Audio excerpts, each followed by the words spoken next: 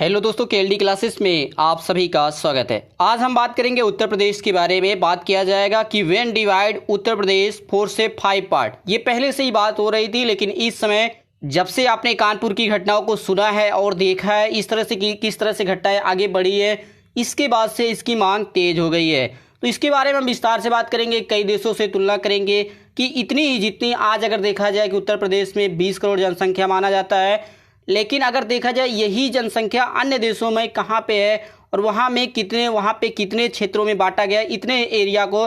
तो ऐसे में पूरी विस्तार से यहाँ पे इस वीडियो में हम जानकारी रखेंगे।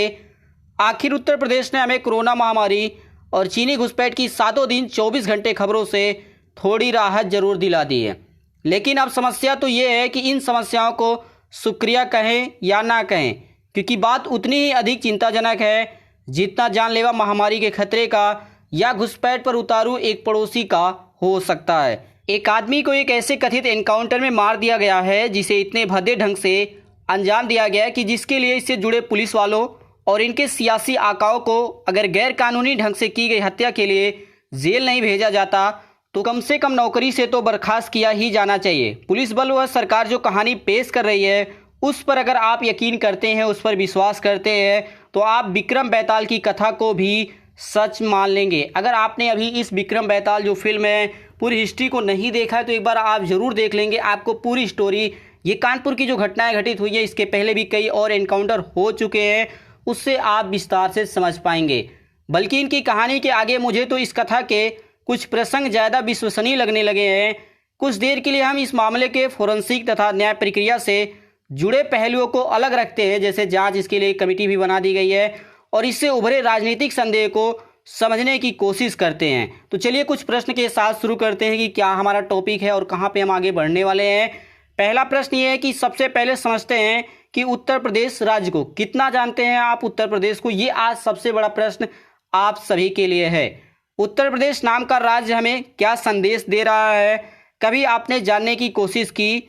यह राज्य जहां 36 राज्यों व केंद्र शासित प्रदेशों की कुल आबादी का 15% आबादी इस अकेले ही राज्य में रहती है पूरे देश की बात, जिसने वर्तमान सरकार को उसके कुल लोकसभा सदस्यों में से 20% सदस्य दिए हैं इस अकेले राज्य ने। इस राज्य ने वर्तमान में देश को प्रधानमंत्री के साथ साथ रक्षा मंत्री भी दिया है, लेकिन यह राज्य हमसे क्या कह रहा है कभी हमने सुना ही नहीं है। यह राज्य हमसे स्पष्ट शब्दों में कह रहा है कि तुम सब भाड़ में जाओ, अपना संविधान, कानून का शासन, अपनी अदालतों आदि को रखो अपने पास। हम तो मनमर्जी अपना कानून बनाते हैं और जब जी में आता है उसे तोड़ते हैं। क्यों? क्योंकि हमारा साइज देखो, उत्तर प्रदेश सबसे ताकतवर राज्य है पूरे भारत देश में, और वर्तमान में या इसके पहले भी आप देखें तो सबसे खराब प्रशासन वाला राज्य उत्तर प्रदेश ही है। यह एक दूसरे के दुश्मन, कई माफियाओं के जाल में फंसा हुआ राज्य है। यहाँ की सरकार भी उन माफियों में से एक ही है। इस राज्य का साइज ही वह वायरस है जो इसे भीतर से खोखला करता रहा है। ये एक नई बात नहीं है। कानपुर की जो घटना घटित हुई है ये पहला कोई एग्जाम्पल नहीं है, इसके पहले भी और घटनाएं घटित हो चुकी हैं। अभी हम उसको एग्जाम्पल के रूप में आगे बात करेंगे, और इसके साथ ही यह राज्य पूरे देश को भी कमजोर करता जा रहा है। तो चलिए सबसे पहले हम उत्तर प्रदेश नाम की इस समस्या को समझने की कोशिश करते हैं। यह 75 जिलों वाला राज्य है, अर्थात भारत देश की कुल 739 जिले हैं। अगर आप प्रेजेंट टाइम में देखें पूरे भारत देश में, उसमें से 75 जिले तो अकेले सिर्फ कहाँ हैं? उत्तर प्रदेश में। देखा जाए तो पूरे देश का लगभग 10% जिले इसी राज्य में हैं। इस राज्य को संभालना कितना मुश्किल है, यह समझने के लिए हमें उन देशों को देखें जिनकी आबादी लगभग उत्तर प्रदेश की आबादी के आसपास है। तो सबसे पहला एग्जाम्पल हमारा देश के रूप में है तो वह है पाकिस्तान देश, जो हमारा पड़ोसी देश है। पाकिस्तान और ब्राज़ील देश की जनसंख्या लगभग 20 करोड़ के आसपास ही है। इतनी ही उत्तर प्रदेश की भी आप मान लें। 2011 की जनगणना के अनुसार पाकिस्तान की इतनी आबादी पर 4 बड़े राज्य हैं और 2 स्वायत्त संघीय इकाई हैं पाकिस्तान में। तो यहाँ पे ये सब राज्य लगाए गए हैं। 4 यहाँ पे बड़े राज्य हैं और 2 छोटे ऐसे हैं जो अभी भी विवादित है, जैसे जम्मू कश्मीर वाला जो क्षेत्र है। दूसरा देश हमारा है एग्जाम्पल के रूप में, अगर उत्तर प्रदेश से तुलना किया जाए तो ब्राजील देश में तो कुल मिला के 26 राज्य हैं, और भारत के उत्तर प्रदेश राज्य सरकार को अकेले ही इतने बड़े क्षेत्र को संभालना पड़ता है, इतनी बड़ी जनसंख्या को संभालना पड़ता है, और यह असंभव काम है। और यह प्रदेश के प्रशासन के स्तर और राज्य के सामाजिक संकेतकों से जाहिर होता है। एक बार एक रिपोर्ट भी जारी की गई थी, आबादी के मामले में पाकिस्तान की बराबरी करने वाला उत्तर प्रदेश राज्य सामाजिक संकेतकों की लगभग बराबरी किस तरह होती है, इसके बारे में आगे इस डाटा से समझा जाए।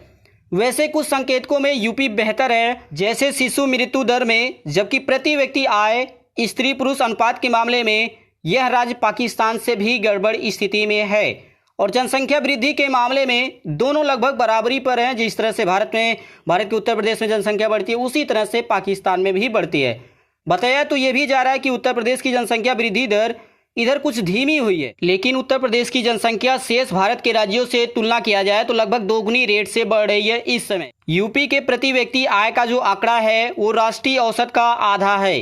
प्रदेश में अपराध दर, माफिया की पैठ, राजनीति का अपराधीकरण तो फिल्मी कहानियों जैसी है। जैसे आपने कई फिल्में देखी, अभी हाल ही में रक्तांचल आया था, आपने देखा। इसकी वजह है कि इसका विशाल आकार और इसकी राजनीति जो जाति तथा धर्म के आधार पर इतनी बटी हुई है कि सरकार से बाहर रह गए तत्व संरक्षण, इंसाफ और बराबरी के हक के लिए जाति माफिया और बाहुबलियों के शरण लेते हैं। यह सब कैसे काम करता है, आइए इसे देखने व जानने की कोशिश करते हैं।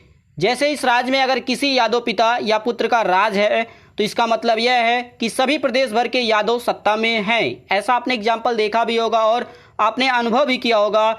जबकि राज्य में यादवों की कुल आबादी मात्र 9% है। ये कभी मुसलमानों के साथ तो कभी ठाकुरों के साथ गठजोड़ कर लेते हैं और पूरे प्रशासन, विकास के लिए सारे आवंटन जैसे नलकूप और अन्य विभाग के सरकारी पदों पर नियुक्तियां तक सब कुछ में इन्हीं की प्राथमिकता दी जाती है। और जो जातियां खुद को वंचित या ठगा महसूस करती हैं वे अपने माफिया सरगनाओं का सहारा लेती हैं और इसी कारण से ऐसी प्रतिरोधी परिस्थितियां बनती हैं जिसमें वे जाति माफिया ज़्यादा सक्रिय होते हैं जो सत्ता से बाहर होते हैं। और यही कानपुर की घटनाओं में भी देखा गया है। जैसे अगर माना जाए कि योगी जी को जैसे ये ठाकुर है और जो मारे गए हैं विकास दुबे ये पंडित थे, तो ऐसे में इनके बीच में जो देखा जाए ये भी जातिगत समीकरण भी बैठाया जा रहा है। यहाँ पर कुछ और बातों को समझने के लिए हमें कुछ और एग्जाम्पल लेने होंगे, कुछ तथ्यों से बात को समझा जाए।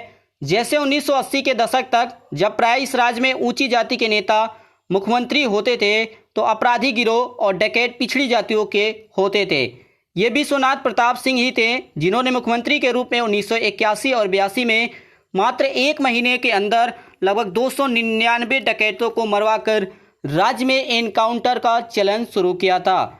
इस पर तब रोक लगी जब बदले की कार्रवाई के तहत दुर्भाग्यवश इनके भाई इलाहाबाद हाईकोर्ट के न्यायाधीश थे चंद्रशेखर प्रसाद सिंह और इनके बेटे की हत्या कर दी गई।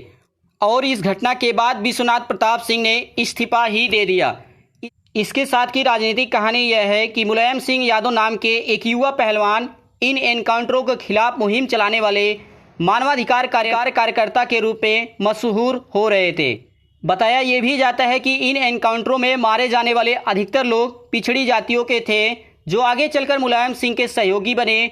और जब सरकार यादवों के साथ साथ निचली तथा पिछड़ी जातियों के हाथ में आए तो ऊंची जातियों ने संगठित होकर अपराध करना शुरू कर दिया। आपने देखा कि मुलायम सिंह यादव उत्तर प्रदेश के मुख्यमंत्री है, मायावती भी रहे। तो ऐसे में जब देखा गया कि जब निचली जातियों के लोग, पिछड़ी जातियों के लोग बड़े पदों पर जाने लगे तो ऊंची जातियों के लोग इस तरह से अपराधीकरण करने लगे और इस प्रकार ब्राह्मणों व ठाकुरों के कई माफिया गैंग उभर कर सामने आए और पश्चिम उत्तर प्रदेश अपने आप में अराजकता की अपनी ही मिसाल बन गया। आज उत्तर प्रदेश कानपुर में जिस माफिया से जूझ रहा है वह मुख्यतः ब्राह्मणों का ही है। आपको याद भी रहना चाहिए कि प्रदेश के अंतिम ब्राह्मण मुख्यमंत्री 1989 में नारायण दत्त तिवारी थे। तो यहाँ पे ये जो इमेज लगाया गया है, ये जो दाएं साइड में है ये नारायण दत्त तिवारी हैं और इधर आप जानते हैं मुलायम सिंह यादव हैं। तो ये सब कह सकते हैं कि ऐसा ही यहाँ पे चलता रहा है। इनसे पहले देखा जाए अगर ब्राह्मणों में कि कौन सीएम रहा है तो गोविंद वल्लभ पंत से लेकर कमलापति त्रिपाठी तक कई ताकतवर ब्राह्मण मुख्यमंत्री यहाँ राज कर चुके हैं और 32 वर्षों से यह समुदाय राजनीतिक सत्ता से वंचित रहा है। अर्थात 1989 के बाद से और आज आपका 2020 हो भी चुका है। तो ऐसे में इनका शासन नहीं है। ऐसे में ये जो माफिया गैंग बहुत ही अधिक सक्रिय हो चुके हैं। इसी कारण से विकास दुबे कानपुर में रॉबिन हुड बन गया था और कभी हरिशंकर तिवारी गोरखपुर में रॉबिन हुड हुआ करते थे। आज कानून व्यवस्था कुशासन के एक अहम पहलू के रूप में उभर कर सामने आ रहा है। इसलिए हमने इस पर विस्तार से चर्चा किया कि क्या है उत्तर प्रदेश की स्थिति और कैसे कैसे यहाँ पे समय बीता है। अगर मैं पिछले 70 वर्षों की यहाँ पे बात करूँ तो पिछले 70 वर्षों में यह राज्य कोई नया उपक्रम नहीं विकसित कर पाया। जैसे अन्य राज्य देखा जाए कि वो बहुत ही आगे निकल चुके हैं, चाहे आप गुजरात की बात कर लीजिए, महाराष्ट्र की बात कर लीजिए और फिर जैसे केरल की बात कर लीजिए। जैसे बताया गया है कि दिल्ली से सटे नोएडा को छोड़ दे तो आपको कहीं भी औद्योगिक क्षेत्र नया नहीं दिखाई देगा। जो 70 साल पहले हुआ करता था, जो अंग्रेजों के माध्यम से यहाँ पे विकसित किया गया था, वही यहाँ पे चलता आया है। बंटवारे के समय इस राज्य को भारत के कुछ सबसे प्राचीन और सुंदर शहर मिले थे, लेकिन सबकी हालत आज खराब है। भले ही कानपुर व इलाहाबाद की तरह मृतप्राय नहीं हुए हैं, लेकिन सबकी स्थिति वही गड़बड़ है। पश्चिम क्षेत्र में हरित क्रांति वाले कुछ जिलों को छोड़ बाकी राज्यों के हिस्सों को कृषि का देखा जाए तो बहुत ही खराब हालत है। चाहे नहरों की देखा जाए कि नहरों का कहाँ पे कितना निर्माण हुआ है, आधे अभी ऐसे प्रोजेक्ट पड़े हुए हैं, कई ऐसे प्रोजेक्ट हैं जो फाइलों में ही बंद पड़े हैं, उस 70 सालों में कभी खुले ही नहीं हैं। 2,43,000 वर्ग किलोमीटर में फैले 75 जिलों में बसे 20 करोड़ आबादी वाले राज्य को संभालना किसी एक सरकार और एक व्यक्ति के बस की बात नहीं है। चाहे वो किसी का शासन रहा हो, ऐसा नहीं है कि बीजेपी शासन है तभी ऐसी बात की जा रही है, ऐसे पहले भी बात किए जा रहे हैं, लेकिन हो रहा है हमारे राज्यों में तो यही नियम है। इसी तरह 80 लोकसभा सीटें किसी एक राज्य को संघीय गणतंत्र को बहुत ही ताकतवर बनाती है। ये तो गुजरात, राजस्थान और कर्नाटक की कुल लोकसभा सीटों के योग से भी ज़्यादा है। जैसे बताया गया कि अगर मान लीजिए कि उत्तर प्रदेश में 80 लोकसभा की सीटें हैं तो वहीं गुजरात में कितनी है, मैं यहाँ पे छोटा छोटा लिख दे रहा हूँ जिससे आपको समझ में आएगा। गुजरात में 26 हैं, वहीं राजस्थान में देखा जाए तो यहाँ पे 25 हैं, कर्नाटक में देखा जाए तो 28। अगर आप इन तीनों राज्यों को जोड़ेंगे तो 79 आएगा, जबकि अकेले राज्य में देखा जाए अकेले उत्तर प्रदेश में तो 80 सीटें हैं। तो ऐसे में जो राजनीतिक दल होता है, जो या मुख्यमंत्री, जो प्रधानमंत्री होता है, वह सबसे अधिक फोकस उत्तर प्रदेश पे करता है, लेकिन सबसे कम विकास यहीं पर भी होता है और यही राजनीतिक विषमता पैदा करता है। खासकर इसलिए क्योंकि यह राज्य जाति और धर्म के आधार पर इतना बटा हुआ है कि सामाजिक संकेतकों में सुधार करने के हालात बिल्कुल ही विपरीत है। हर तरह से देखा जाए ऐसा कोई नहीं कह सकता है कि हमको इस राज्य में शासन करने या सुधार करने का मौका नहीं मिला है। पिछले 70 सालों में कांग्रेस को मिला, बीजेपी को मिला ही मिला। आप देख ही रहे हैं कि किस तरह से पिछले 3 साल में कितना विकास हुआ है। इसके पहले आपने समाजवादी पार्टी को देखा और इसके पहले मायावती शासन, हर लोगों का शासन आया है, लेकिन कितना विकास हुआ है वो आप सभी जानते हैं। उत्तर प्रदेश राज्य को 5 नहीं तो 4 हिस्सों में तो जरूर बांटा जाना चाहिए। बहुत पहले से ही पश्चिम के जिलों में हरित प्रदेश की मांग हो रही है। इसी तरह दक्षिण में बुंदेलखंड के साथ मध्य प्रदेश के कुछ पड़ोसी जिलों को मिलाकर एक अलग प्रदेश बनाया जा सकता है। गोरखपुर को राजधानी बनाते हुए पूर्वांचल नाम के एक अलग प्रदेश में पूर्व में नेपाल सीमा से सटे बिहार के जितने भी जिले हैं उसको इसमें शामिल किया जा सकता है। मध्यवर्ती क्षेत्रों को अवध प्रदेश या किसी और नाम के प्रदेश के रूप में लखनऊ से शासित किया जा सकता है।